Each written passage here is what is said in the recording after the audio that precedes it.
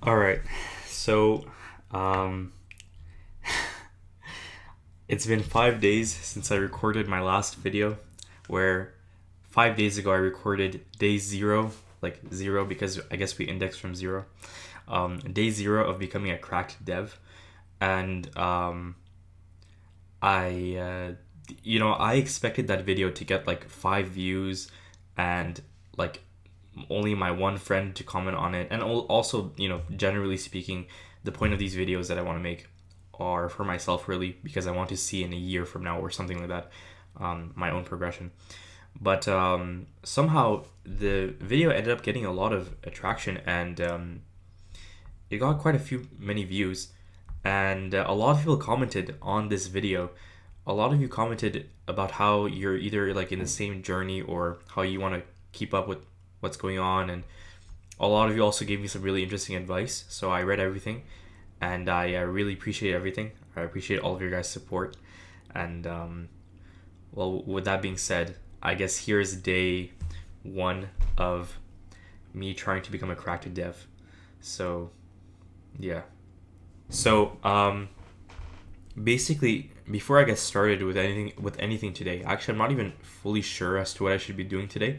But before I do anything, I want to put you on to a couple of resources that I found over like the last like several months of like just trying to learn computer science or trying to come up with computer science resources. So I have kind of this resource tab over here, where I save a couple of like my resource stuff for computer science. I have stuff for machine learning and deep learning. Just a couple of stuff over here. I'll show you some of them.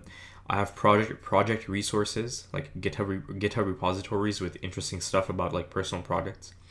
I also have a couple of stuff for like learning computer science like in and of itself, and also stuff for internships.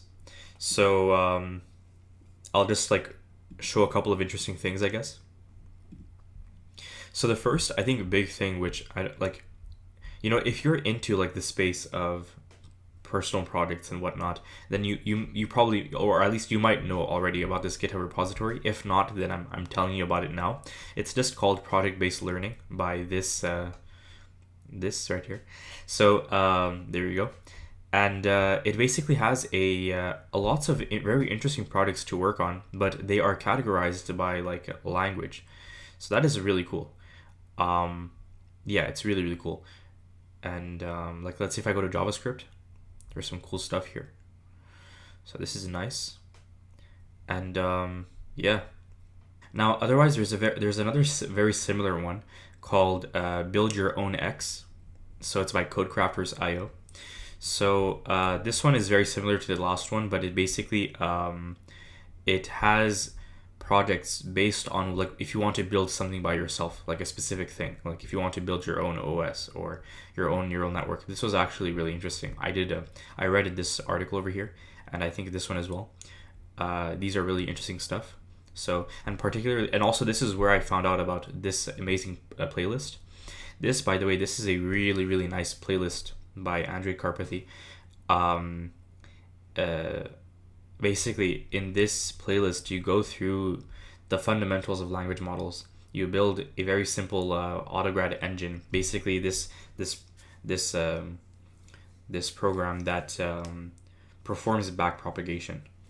And what that is, if you want to learn more about that, and like it's very interesting stuff, you can watch this video. It's pretty cool. It's a nice little project. And then from here, you start building language models, but from I guess from early models that existed that have well did still exist, but basically from the early models that we had in AI or LLM research to more and more advancing and more modern architectures, and at some point you will build the transformer architecture, and you can then build GPT as well and GPT-2 as well with these videos. So this is really cool. So yeah, if you're interested in neural networks as much as I am, check this out as well. Now, I guess last but not least, for internships, I use LinkedIn a lot. I'm like, especially when it's like hiring season, like around like the beginning of September, or like even right now, like for winter, it's like for the winter internships, like right now, like the time that I'm uploading this video, we are pretty much like in winter recruitment season, and we will probably continue to be so for a while. Um, I usually find all those stuff on LinkedIn, but this is also a really nice place to find internships. So it's just called Simplified Jobs Summer 2026 Internships by Pitt, CSC, and Simplify. So basically, it's updated every single day, as you can see, with internships. Most of them, I think, are American. Um, However, there are some that are Canadian. Like I'm from Canada, so some of them are Canadian, which is good. Like this one, for example, it's in Markham. And yeah, so there you go. Right, there's actually one more thing that I wanted to talk about, and it's this page over here. It's neandui.com/machine learning complete, or you can just search up complete machine learning package. It's by this guy called Jean de Dieu Niandui, him, and it's a really really nice, like it is awesome. Yeah, it's like a little website. It's also a GitHub repository, but essentially it's a website, as you can see, and uh, through this you can learn the basics of programming, well, especially Python for especially the Python that you should be knowing for machine learning. So by the end, let's say you can learn some stuff about lambda functions and whatnot, and this and that, and zipping and whatnot. So yeah, basically you can learn the basics of programming for machine learning here, and then afterwards you can learn how to work with data. So by using NumPy, which is a library in Python, pandas, matplotlib, seaborn, etc., and other stuff, exploratory data analysis. So you can learn how to use all these things.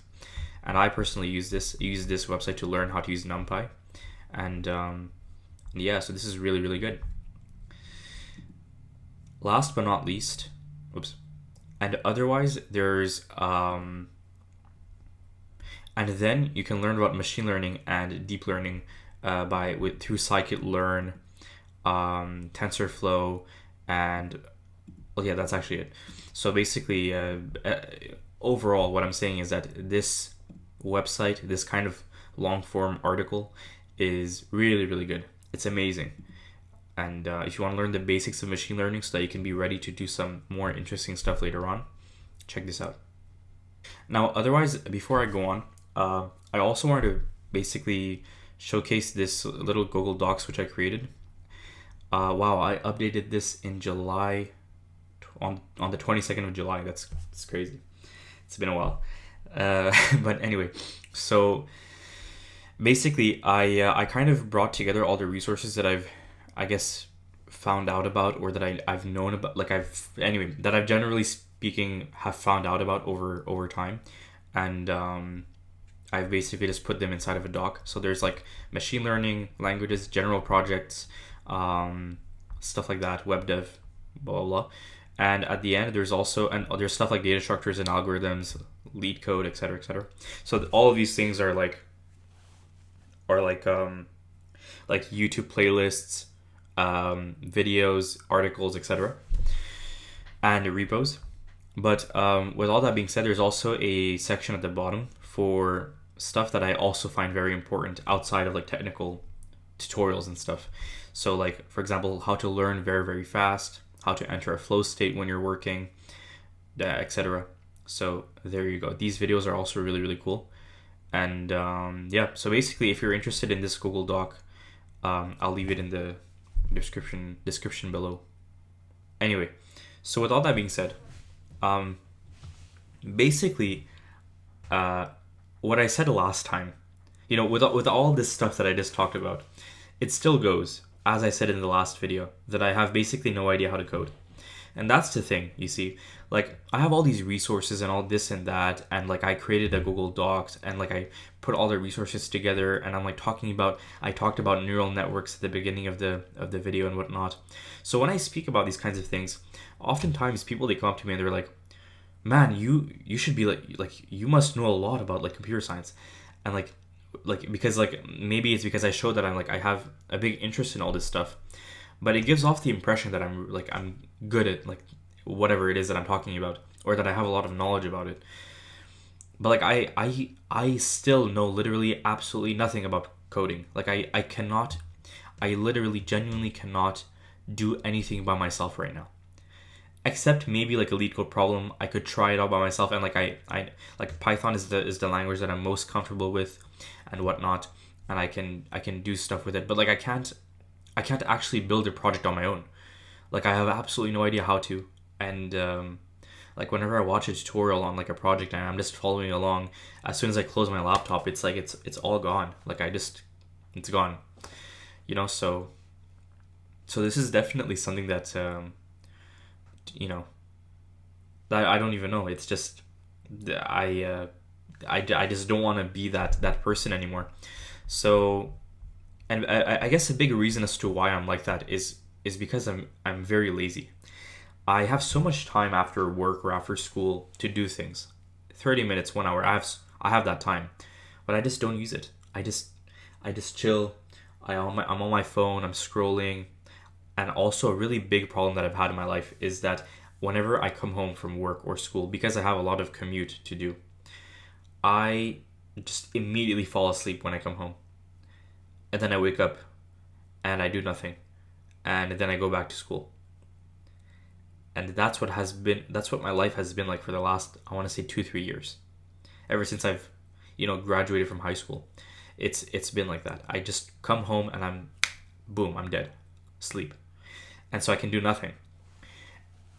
One solution that I found, which was really interesting for this specific issue, and it's so simple and it's like so crazy that it just nobody, I mean, people have told me this so many times, but I just never really took it into consideration. There's just this one thing that can help you fix this issue if you have the same issue as me, and it's literally this. You just have to drink more water. Like, yeah, like, when I started bringing a bottle of water with me to work and to school, and I just have it in my hands, so I just drink it because I have nothing else to do. Like, well, I'm just walking. Like, why not? And then I refill it, and then I do it like for the whole day. I'm just like this. When I come home, I'm like, wow. I'm like, I don't feel dead. Like I can actually do something. Like that's what happens. And yeah, the secret is just to drink more water. It's crazy, isn't it? Yeah. Anyway, so now let's get into actually doing something to try to become a better and cracked dev. Okay, so something funny just happened, and as you can see, I look a little different, and that's because I just had a 5-hour time skip from the part that you were just watching like 10 seconds ago until now. So, yeah. So I think what I was talking about was the resources that I kind of gathered in this Google Docs.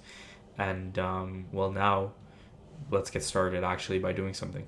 So I was thinking this whole time, I was thinking about what am I going to record myself really doing?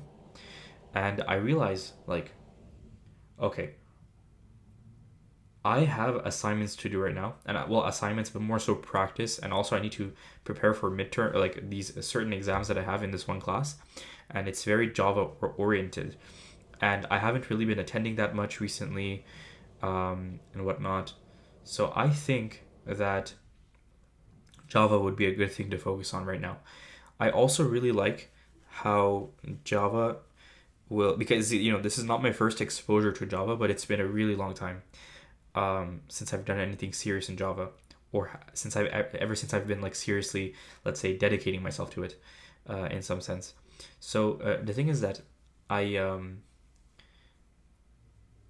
Java is going to be a really really good tool to learn the computer science as a whole, but the principles of object-oriented programming as well.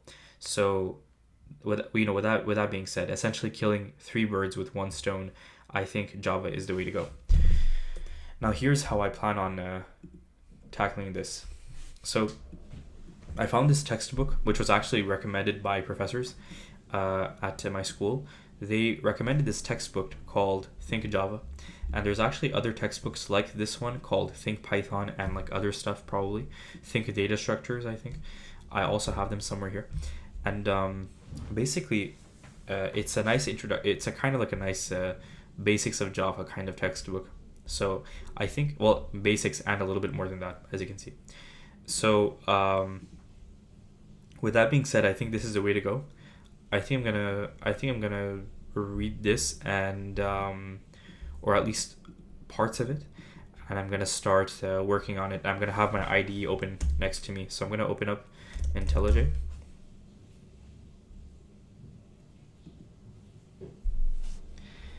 And we're gonna get started. So I'm gonna create a new project actually, or should I? I mean, there's no point. Yeah, no, there's no point. That's fine. So I'm gonna get rid of this, and this is how Java code looks like. So I have a project, or a package rather, and I have a main class over here.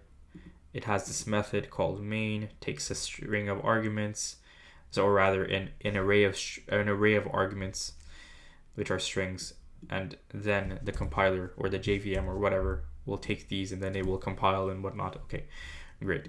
So I'm gonna put that over here, put this over here, close this, and now we're ready to code. Okay.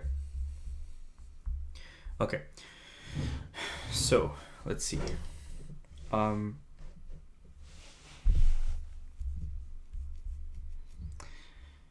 Think Java, how to think like a computer scientist. By the way, something that I really like to do, yeah, even though this might not be like the best thing, but I just like to do this because it makes me more excited when I'm reading. It makes me more excited when I'm reading textbooks, and that is that I like to read what I'm reading out loud often, like as if I was teaching a class. Well, it's kind of funny, but like I just feel like it makes me retain information better, and it makes me more excited about it. So I do read things out loud, and if you're for some reason watching along, like for whatever reason, then yeah, you can just like scroll through and watch me code if I end up actually coding. So yeah, that's pretty much it. So I guess in this textbook I'll be looking at programming in general. We'll be starting very high level, and then we'll go through the Hello World famous program, strings, escape sequences, formatting code, etc. Also, what I really like about this textbook is that it moves very fast. As you can see, it moves very, very fast, and that's nice. I like that. So then variables and operators, input, output, the system class, the scanner class, etc. Void methods, blah, blah, blah, blah, blah, conditionals, logic, etc. Value methods, okay. Blah, blah, blah, blah, blah, blah, blah. Loops, yes, good, good, good. The do while loop, arrays, creating arrays, like accessing elements, etc., etc., etc. Strings and things, okay. All right. And objects, okay. Garbage collection, interesting. Classes, okay. Arrays of objects, objects of arrays, okay. And then objects of objects, okay. Cool. Okay, I think that's yeah. And then this is the appendix where there is more information that might be useful. So let's get to it. So Think Java, it's an introduction to CS and programming intended for readers with little or no experience, which is, I guess, we can consider myself as little experience. We start with the most basic concepts and are careful to define all terms when they're first used. And we present each new idea in a logical progression. Larger topics like recursion and object-oriented programming are divided into smaller examples and introduced over the course of several chapters. That's good. And this book is intentionally concise. So each chapter is 12 to 14 pages and covers the material for 1 week of a college course. It is not meant to be a comprehensive presentation of Java, but rather an initial exposure to programming constructs and techniques. And we begin with small problems and basic algorithms and work up to object-oriented design. And in the vocabulary of computer science pedagogy, this book uses the objects-late approach. Okay. One concept at a time, balance of Java and concepts, and conciseness, emphasis on vocabulary, program development, multiple learning curves. Okay. So some Java books introduce classes and objects immediately. others begin with procedural programming and transition to object-oriented more gradually.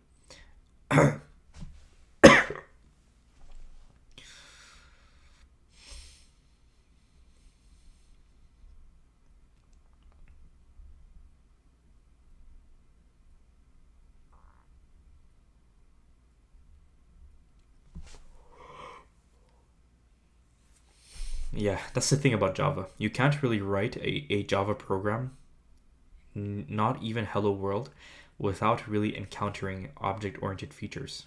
That's right. Yeah. So in some cases, we explain a feature briefly when it first appears and then explain it more deeply later on. Okay. So this book is well suited to prepare students for... Okay, whatever. All right, cool. Okay, so I think we're ready to go. So, the goal of this book is to teach you to think like a computer scientist. This way of thinking combines some of the best features of mathematics, engineering, and natural science. Like mathematicians, computer scientists use formal languages to denote ideas, specifically computations. And like engineers, they design things, assembling components into systems, and evaluating trade-offs among alternatives. And like scientists, they observe the behavior of complex systems, form hypotheses, and test predictions. And that is what I really like about computer science. It's very interesting. It's like this. The single most important skill for a computer scientist is problem solving. Yep. It involves the ability to formulate problems, think creatively about solutions, and express solutions clearly and accurately. And as it turns out, the process of learning to program is an excellent opportunity to develop problem solving skills. So, okay.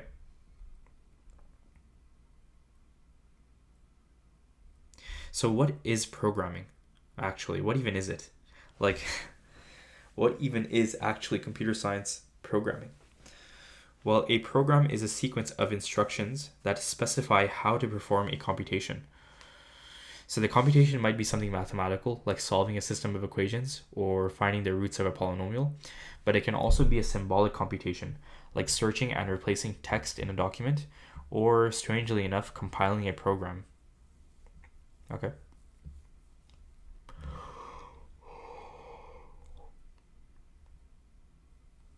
The details look different in different languages, but a few basic instructions appear in just about every language. Input, get data from the keyboard, a file, a sensor, or some other device. Output, display data on the screen or send data to a file or other device. Math, perform basic mathematical operations. Decisions, check for conditions. Repetition, perform some action repeatedly. Yeah, these are the fundamentals of a programming language. Yeah, I feel like I've seen this before as well. Somewhere, in something that I was reading about the core fundamentals of a programming language, of designing programming languages, actually correct programming languages. These just might be the most fundamental aspects of a given programming language. Now, believe it or not, that's pretty much all there is to it, right? Every program you've ever used, no matter how complicated, is made up of small instructions that look much like these. Yeah. So you can think of programming as the process of breaking down a large complex task into smaller and smaller subtasks. And the process continues until the subtasks are simple enough to be performed with the basic instructions provided by the computer.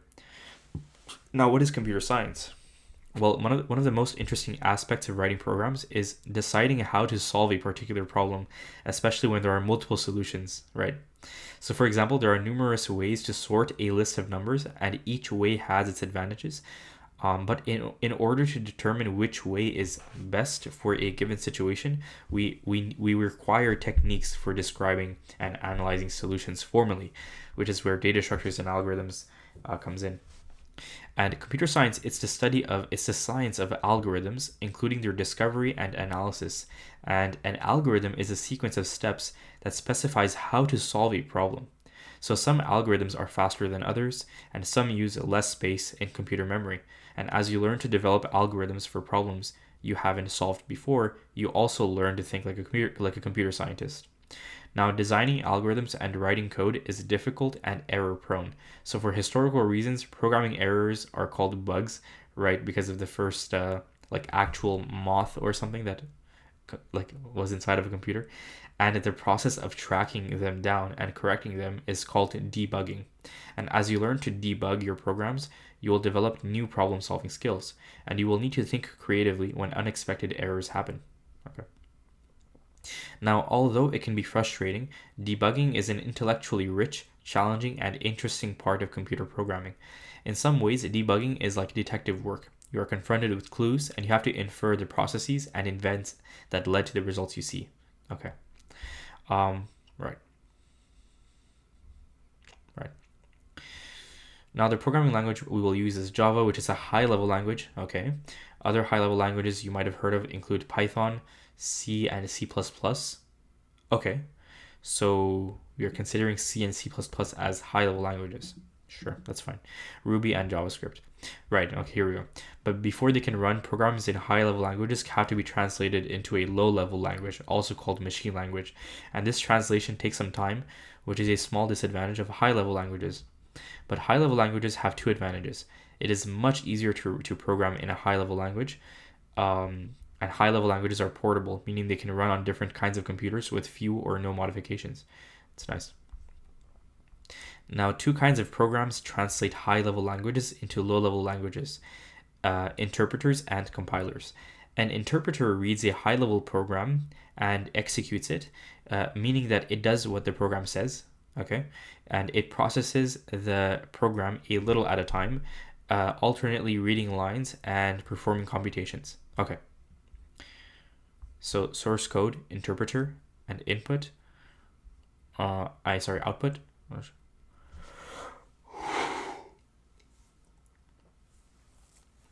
Now, in contrast, a compiler reads the entire program and translates it completely before the program starts running.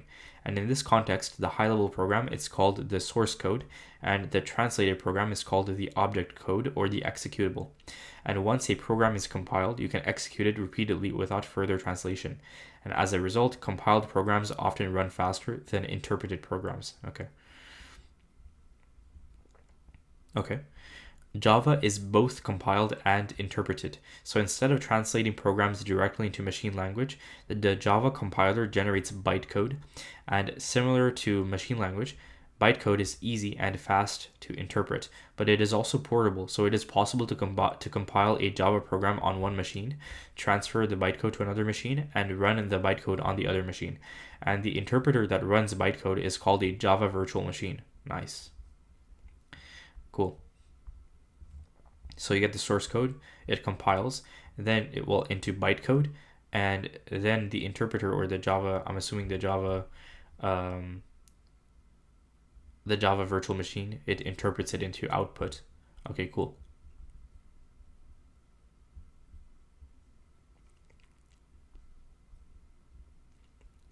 Now, traditionally, the first program you write when learning a new programming language, is called the Hello World program. So let's do it. All it does is display the words the words Hello World onto the screen, and in Java it looks like this, right? So that's what it is. Okay.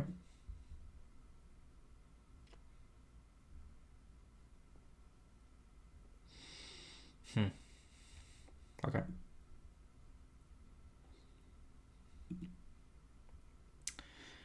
So now I guess what I'm going to do is I'm going to create a new class or something. Let's call it hello. No, that's fine. Okay. What's wrong? Is there already something wrong, actually? What? Bro. Okay.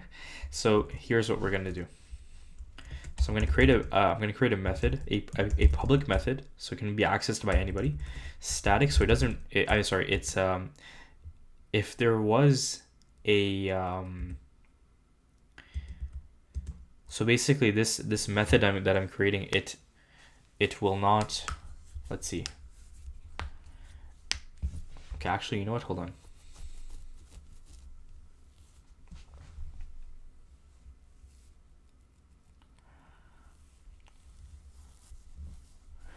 Right. So Static, I think what it means is that, okay, I remember now. Static, what it means is that if I create an object of type, let's say hello, if I wanted to, well, actually no.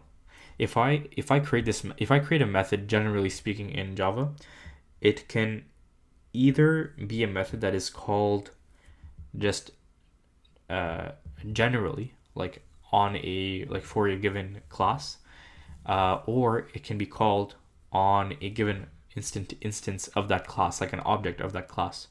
But because this method that I'm about to create, it's just printing something to the screen.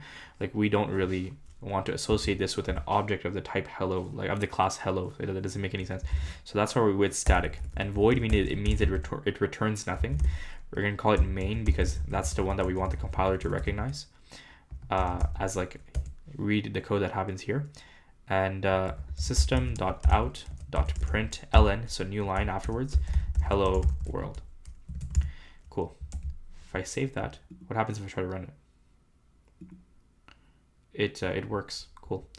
But why is it red? Is that like normal? Is it supposed to be like that? Is there something wrong, or what's this? Oh, it's the decompiler or something?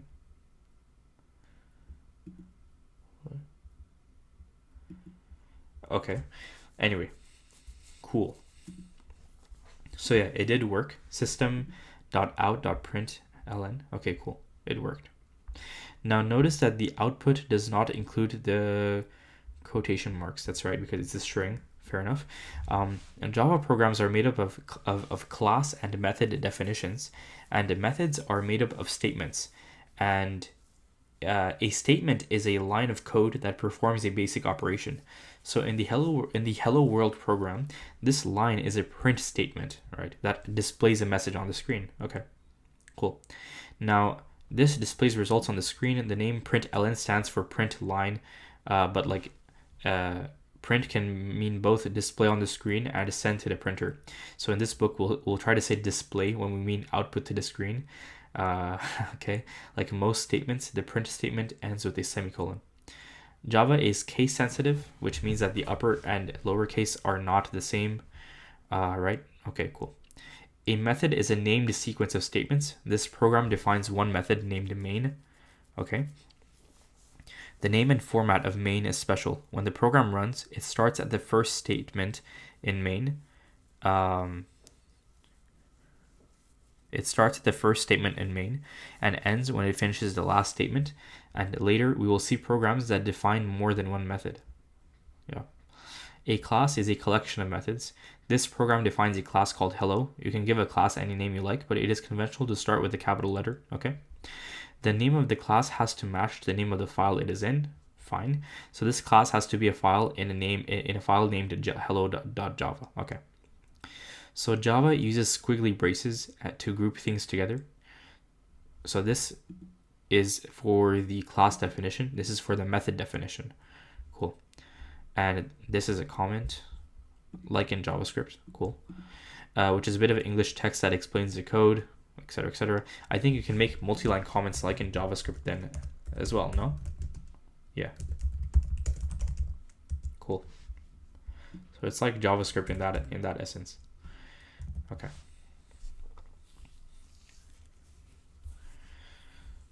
Now I can put as many of these as I want.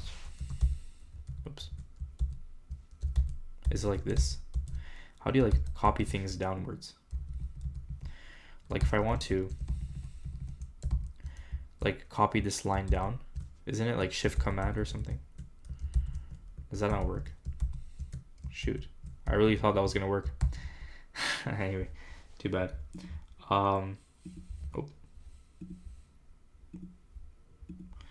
Anyway, too bad. But yeah, I can wait. Actually, you know what? I'm curious to see how to copy line down in IntelliJ.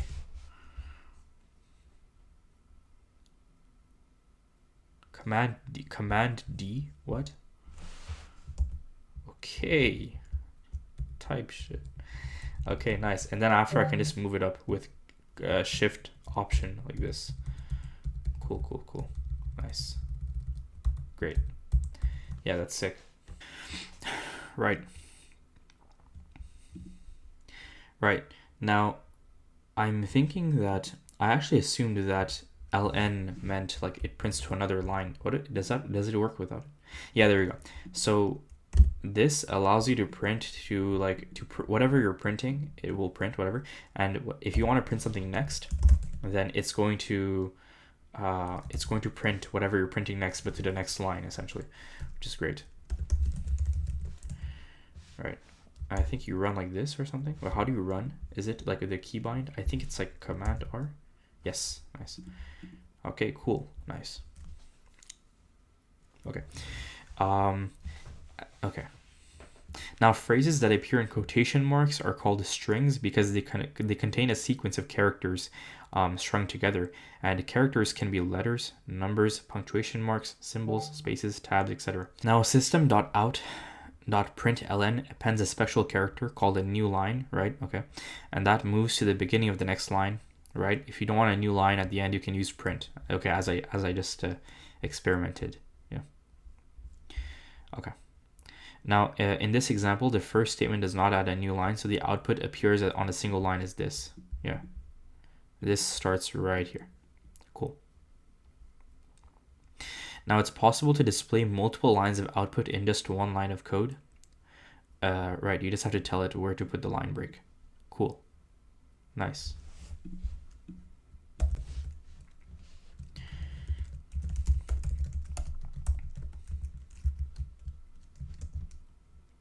Cool. And we call that the escape sequence, which is a sequence of characters that represent a special character. The backslash allows you to escape the string's literal interpretation, and yeah, I see.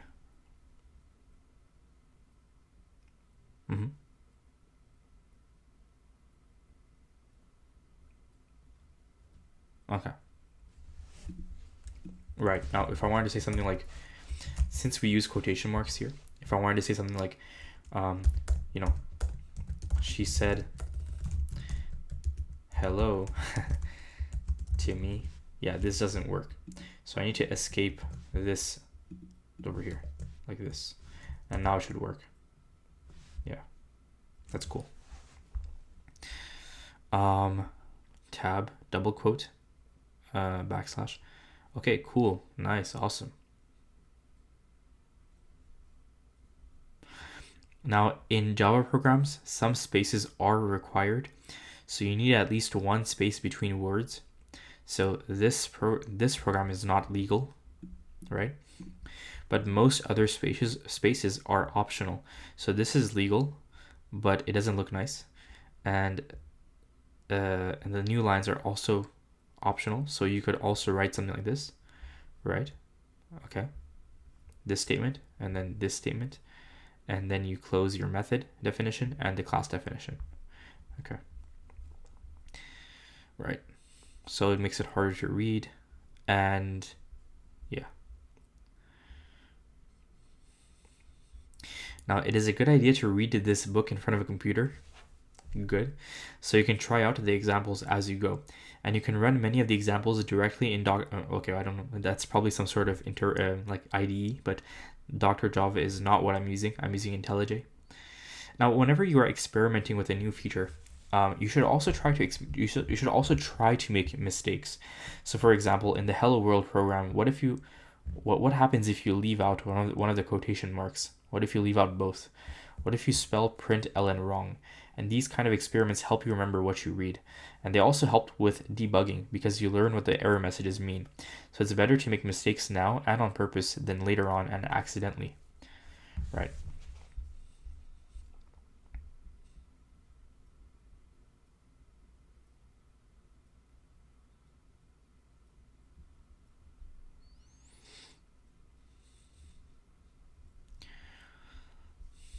Okay.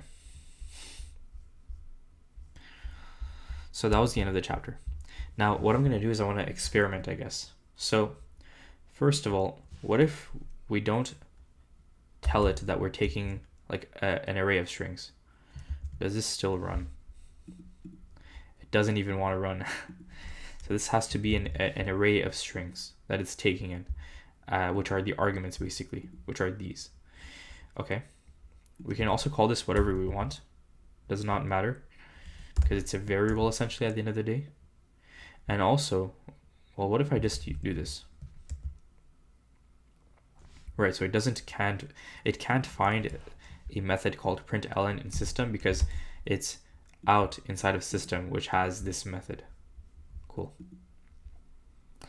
Okay, in other words, what if I remove one of these quotation marks? Unclosed string literal. Okay. What if I remove both of these? It's okay, I see. Great. Okay. What if I misspell this? There's no method. Yeah, you cannot find it. Yeah. Okay, great. Sick. Nice. Okay. Well, let's move on to variables and operators.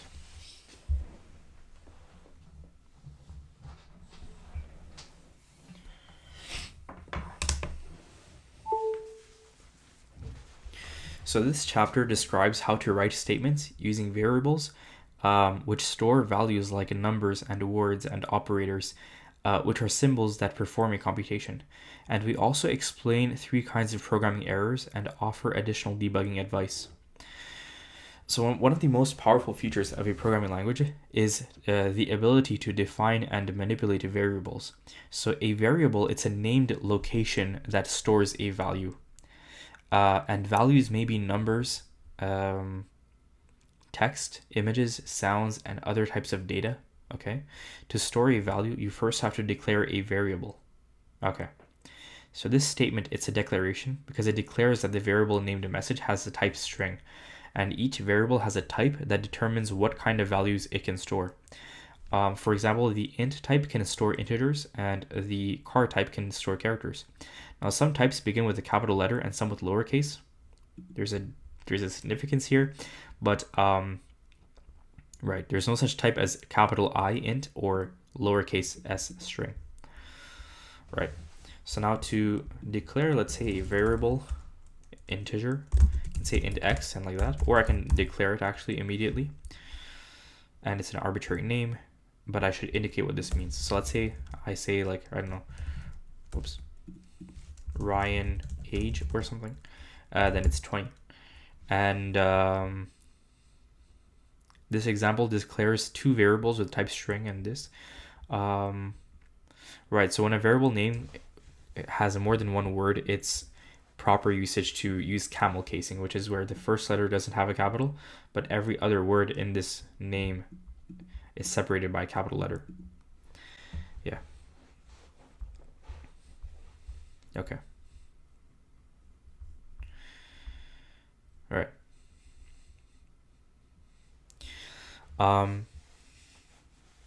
Okay. Variables must be initialized or assigned for the first time before they can be used. So you can declare a variable and then assign a value later, as in the previous example above. But you can also declare and initialize on the same line, like this, like that. Yes, as I did. Why is there an error here? Whatever. And because Java uses the equal sign for assignment, it's tempting to interpret that the statement A is equal to B as a statement of equality, but it's not. We use A double equal to B, right?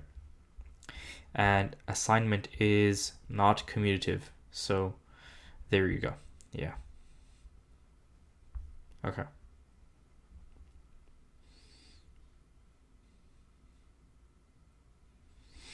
Yeah, right.